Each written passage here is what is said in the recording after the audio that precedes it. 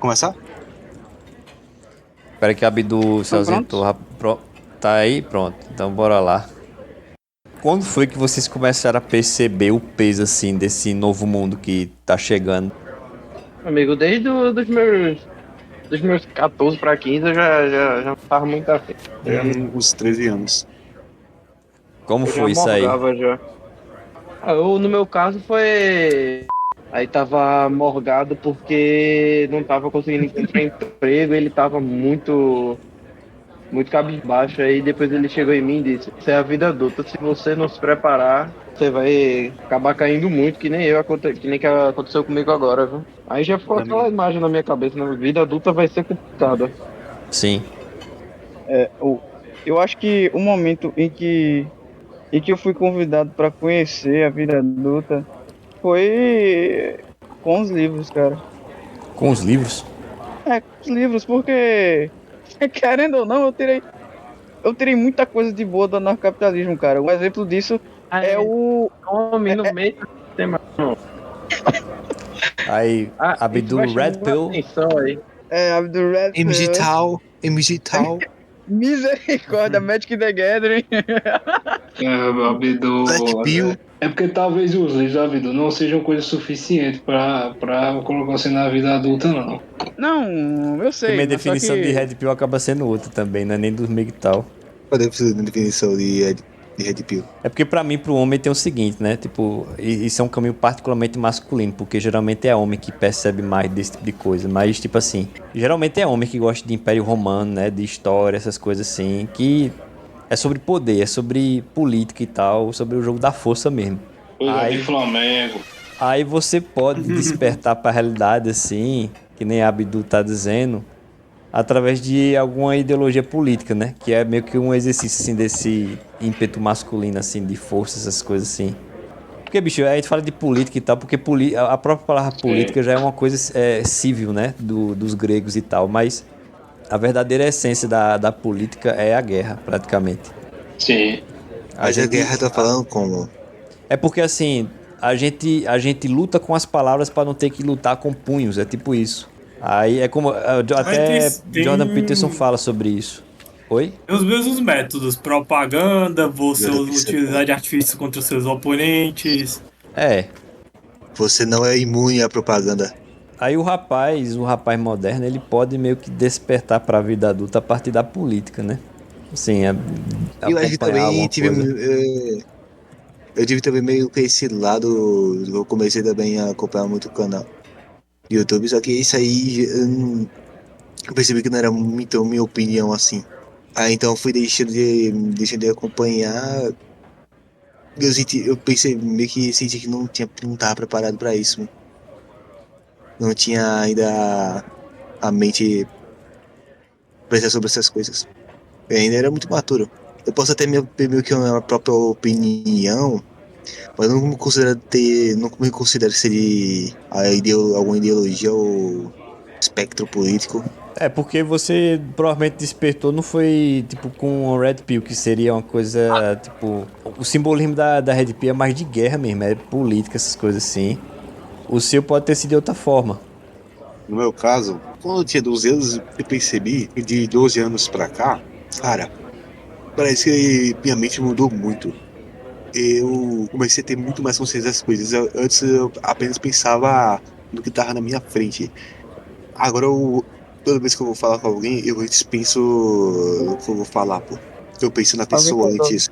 E também, agora também, já que eu comecei quando eu tô maior, eu tô mais velho, as pessoas também estão começando a cobrar mais responsabilidade. Agora, uma coisa que eu noto que está crescendo muito, essa questão dos adolescentes já, de certa forma, digamos assim, entrarem para a vida adulta cedo demais. Por exemplo, o que mais está acontecendo, principalmente no subúrbio, uns adolescentes namorarem, a garota engravidar e, às vezes, quando o garoto consegue ser responsável, ele já tem que começar a trabalhar, já se organizar. Se não me engano, tem uma menina grávida na minha sala. E aparentemente o pai não liga. Ele É, continua. geralmente quando o menino engravida cedo assim, o pai é um merda mesmo. Não, engraçado que eu noto. Irmão, se tu não tem maturidade pra assumir o risco, pra que tu vai fazer isso, principalmente protegido? A questão é que a gente tá lidando, a gente não lida só com brasileiro. A gente lida com aquilo que eu sempre falo, Daniel, Ah, e o Ghost. A gente lida com duas raças diferentes, o brasileiro e o bostileiro. O que eu quero dizer como a diferença entre o brasileiro e o bostileiro? O que é o ser humano? O que é ser humano? é uma boa pergunta. Pra mim, ser humano é ter empatia pelo próximo, pensar no próximo. Pensar, exatamente, pensar, raciocinar, ter lógica. Agora, por isso que eu digo que o tal bostileiro é uma sub-raça humana. O Na bostileiro, teoria, os outros não podem ser felizes. Não... E ele tem o sim, famoso. Ele tem aquela consciência egoísta de que se eu não posso ter, então ninguém vai ter. ele quer só saber apenas a gente leva vantagem, né? Tem o que é o bostileiro e o brasileiro. O brasileiro, pra mim, é aquele que é humano, simplesmente é humano e mora aqui no Brasil e tem um senso, pelo menos, de que mora nele. Sim. Agora, o bostileiro pode até mesmo ser patriota, entre aspas, mas no fim, a única coisa que ele é patriota é no futebol. E às vezes nem consegue ser, na verdade, porque o que mais tem é crime organizado por conta de torcida. Exatamente. O bostileiro, ele não quer saber de estudar. Sim. Ele não quer saber levar uma vida correta, ser alguém humano. Porque o que eu vejo mais nessas pessoas assim, que eu chamo de bostileiro, é que elas só falam muita merda. Elas só falam merda com merda. Bosta com bosta. Lixo com lixo. Tudo que elas falam é algo supérfluo, idiotizado. É, Porque o bostileiro é uma pessoa supérflua. então. E aqui no Brasil, por exemplo, eles são onipresentes. Você vai ver um em qualquer lugar. O de estimação, o de crime organizado, não entendeu, Até né? na própria política. Das igrejas também. Uma coisa que me lembrou agora dessa questão do bostileiro foi um caso que aconteceu comigo quando eu fui no banheiro. E detalhe, nenhuma das portas do banheiro, não tem nenhuma porta nas cabinezinhas do banheiro, porque os próprios alunos arrancaram, pô. Além do banheiro ser imundício também, você não ter a privacidade para fazer uma necessidade básica, pô, é meio. Meio não, é ridículo. E eu já disse, né? Eles são semi-humanos, eles são uma sub-raça dos humanos. E posso estar parecendo meio. Como eu posso dizer? Eu esqueci a Está palavra. certíssimo. Não se corrija, não. Está certíssimo. É, Isso ó, daí, tá. assim, É, que se alguém o se Brasil. ofender é porque a carapuça serviu, né? Aí é foda. A cara pra você serviu. Ó, assim, essa terra aqui, essa terra que ousa se chamar de país, não me deu um recurso sequer a não ser, não é, a literatura que ela mesma rejeitou, não as pessoas que quiseram ajudar que ela rejeitou e os meus pais. Essa terra não me ajudou em nada pra contribuir no meu amadurecimento, só pra minha desgraça. Eu acho que, como assim não contribui em nada? Porque assim, apesar de tudo, você conseguiu se desenvolver, né? E se você se desenvolveu no Brasil, você iria menosprezar totalmente o seu contexto? Tipo, Assim, deixa eu cara, refazer a pergunta. Você não consegue Sim. aproveitar nada do Brasil? Só as coisas boas que ele mesmo rejeitou. Apenas. Fora Tô isso, é entendendo. só desgraça. Tô entendendo. Eu não consigo esboçar, assim, tipo, se eu me identifico ou não com essa fala de não conseguir aproveitar as coisas do Brasil. Por um lado, eu posso talvez não saber, porque talvez eu não conheça o contraste, né? Tipo, eu nunca morei em outro país pra poder saber quais eram as coisas boas que tinham aqui. Porque quando você conhece a coisa pela falta dela, as qualidades dela ficam mais claras, né? As qualidades dela ficam mais claras. Tipo assim, digamos assim, vamos dizer que você tinha uma namorada que você gostava muito. Não Aí tenho. você escolheu terminar com ela, por um motivo ou por outro. Aí passa algum tempo e tal, você tem aquela tristeza normal que é de um término. Ou talvez você nem sinta tristeza.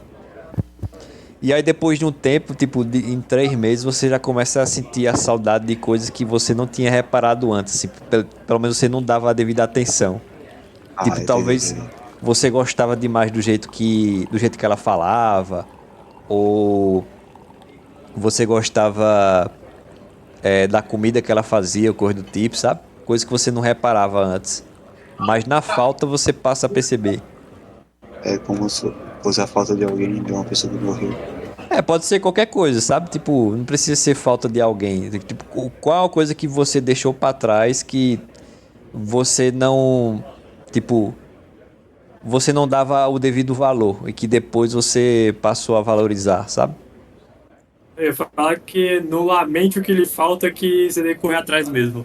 Eu acho que eu Lamento que tenho. falta. Não lamento o que falta porque você tem que ir atrás do que você precisa. Entendi. Eu acho que eu me identifico um pouco com isso que Russo disse, porque assim, eu não vejo o Brasil de maneira tão ruim assim, sabe? Porque eu penso que aqui é o lugar onde eu vou fazer a minha aventura, praticamente. Aqui é Nossa aventura. tipo, é um mundo especial, um mundo fantástico que fala na jornada do herói. Aqui que é a selva, pô, é a selva de pedra, é o faroeste caboclo. Eu vejo o Brasil dessa forma, né? Tipo assim, eu aceito a coisa como ela é e eu digo, aqui vai ser meu battleground. Eu não vou fugir da batalha, não. Aí por isso que eu não vejo de maneira tão negativa assim, né? Aí eu acho que, pelo menos, por enquanto, eu tô conseguindo tancar o Brasil, né? Quando eu era adolescente eu reclamava. Ih, tá Verás, tentando. verás que um filho teu não foge à luta. É, isso aí é verdade. Eu acho que pra mim com certeza não vai ser. Tu pensa em sair do Brasil, é? Eu queria. Tipo assim, eu queria que o Brasil fosse um lugar bom, pô. Eu gosto do É, Brasil. todos nós, né? Eu espero eu, né? Mas o problema é que eu não consigo tancar o postileiro. Disso tudo que eu falei. É porque eu já vi miséria. Esse ser misiguento vive nesses lugares. Eu não consigo tancá-los. Eu acho que isso foi o cerne da tua mensagem inicial. A questão do que te jogou no mundo adulto foi justamente o bostileiro, as pessoas em si. Cara, isso daí é desde a era colonial do Brasil. O pessoal vê isso aqui como o literal inferno. Então Esse aqui é o- não é de hoje não que o Brasil é assim não. Só que agora, qual é o pior? De antigamente ou de hoje em dia? Cara, Eu o de acho hoje que em hoje em dia, dia. velho. Cara, Principalmente com o celular, pô. Celular, pô. Eu vou usar exemplo aqui, por exemplo, na escola, pô. Aí você, sei lá, você consegue lá sua namoradinha, aí ela é bonita lá e tal, você ama ela, ela te ama, só que aí vem um bochileiro e vendo que você conseguiu algo e ele não conseguiu, ele fica com inveja e ele quer tomar aquilo de você. Ou então ele só diminui o. Tipo assim, ele conseguiu isso porque ele. Sei lá, ele teve sorte, ou porque ele roubou A coisa do família tipo. tem condições, É. digamos assim, É, é o mas que é mais desse jeito falam. mesmo que eu tô falando. Eles tentam. É como se fosse meio que um Diminuir a bullying por pessoa. inveja. É, diminuir a pessoa. É É. para que o Ah, cara cresça, ele diminui os outros. eles tentam diminuir a pessoa e quando eles conseguem, eles tiram sarro de você. Querem. Ai. Eles sorriem e continuam com suas vidas de merda. Mussaraelo falou de que ele percebeu que ele tava começando a virar adulto com 13 anos, né? 13 anos? Sim. Que foi Não justamente essa completamente ainda percepção assim, pode. provavelmente quando ele chegou na quinta série ou na sexta série, né? Que é o atual sexto ano e sétimo ano.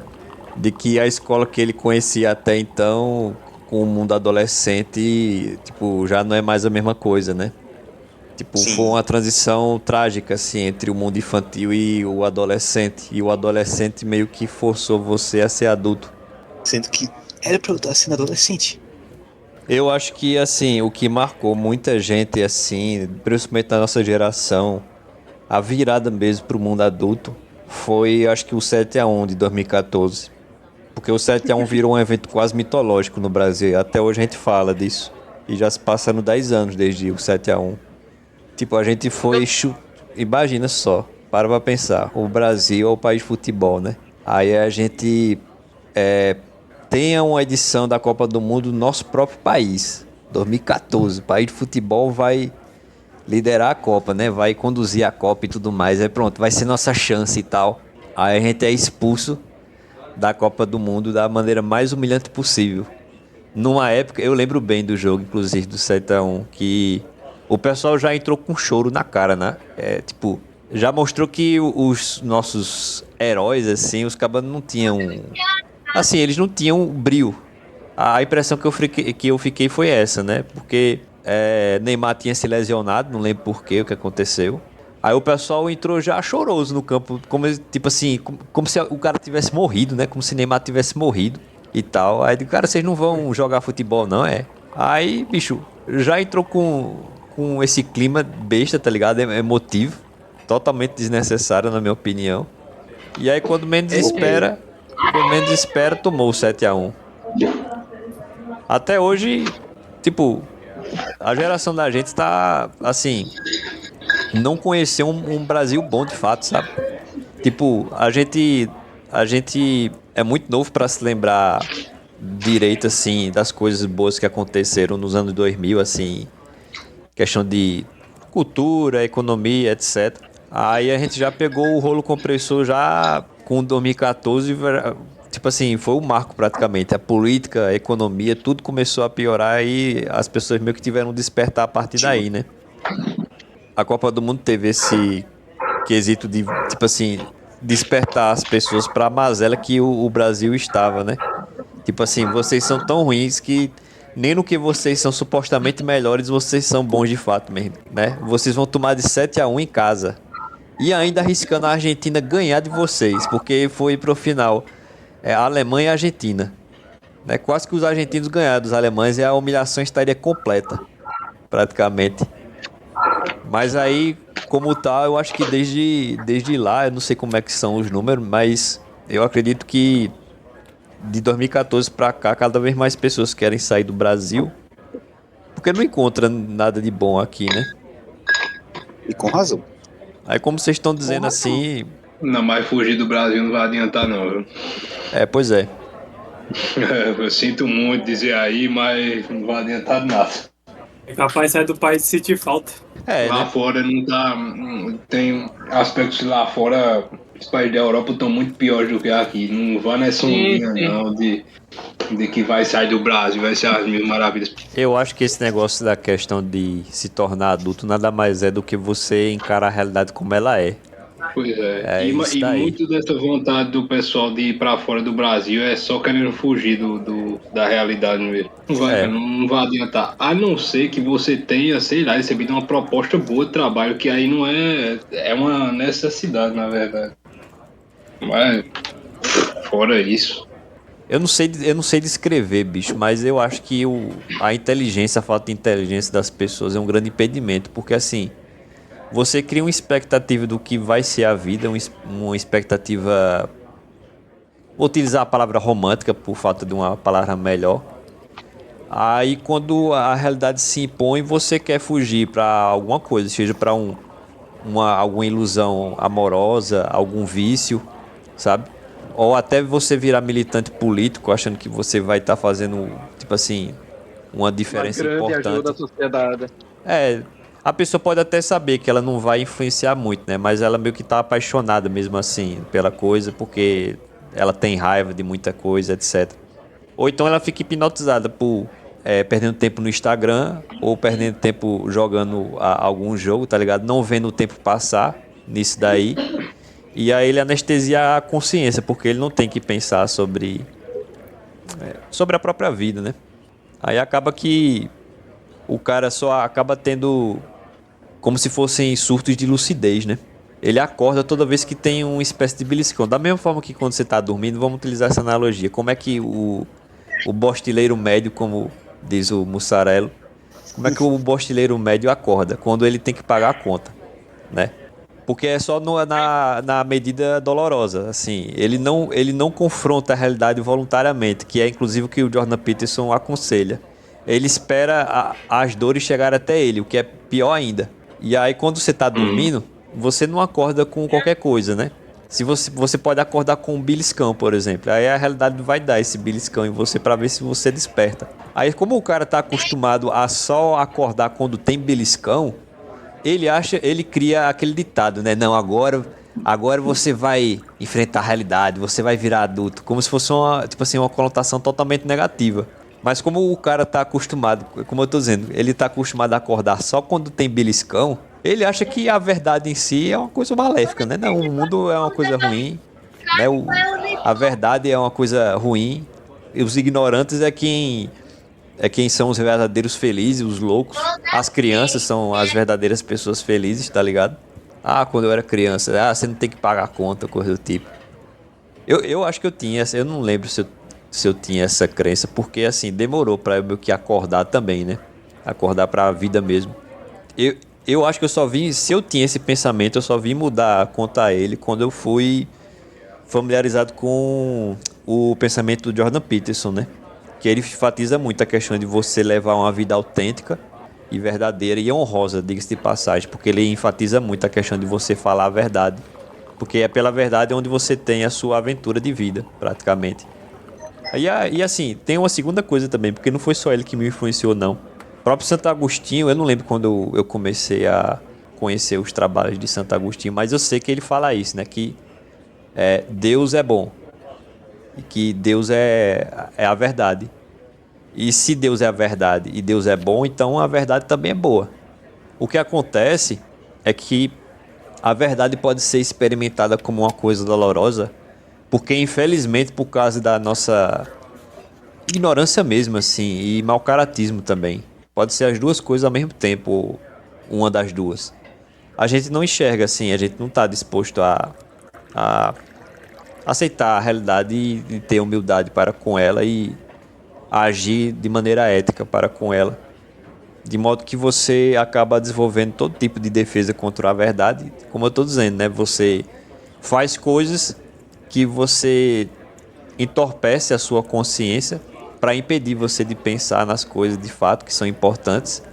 E aí você fica naquele teatrinho, achando que está lidando com coisas importantes, quando na verdade você só está, assim, dentro de um jogo que é uma espécie de caverna. Você não está realmente agindo na realidade. O cara pode passar horas a fio, por exemplo, tentando criar um clã de um jogo e se dedicando muito tempo nisso, achando que é a coisa mais importante do mundo dele, né? E ele realmente se dedica a isso. Só que alguma hora a hierarquia de valores vai se impor, né? Ele vai começar a perceber que o clã dele do jogo não é tão importante assim, por exemplo. Tem várias formas de você ficar, a palavra certa é se auto-enganando. Você não enfrentar a realidade e fazer a transição necessária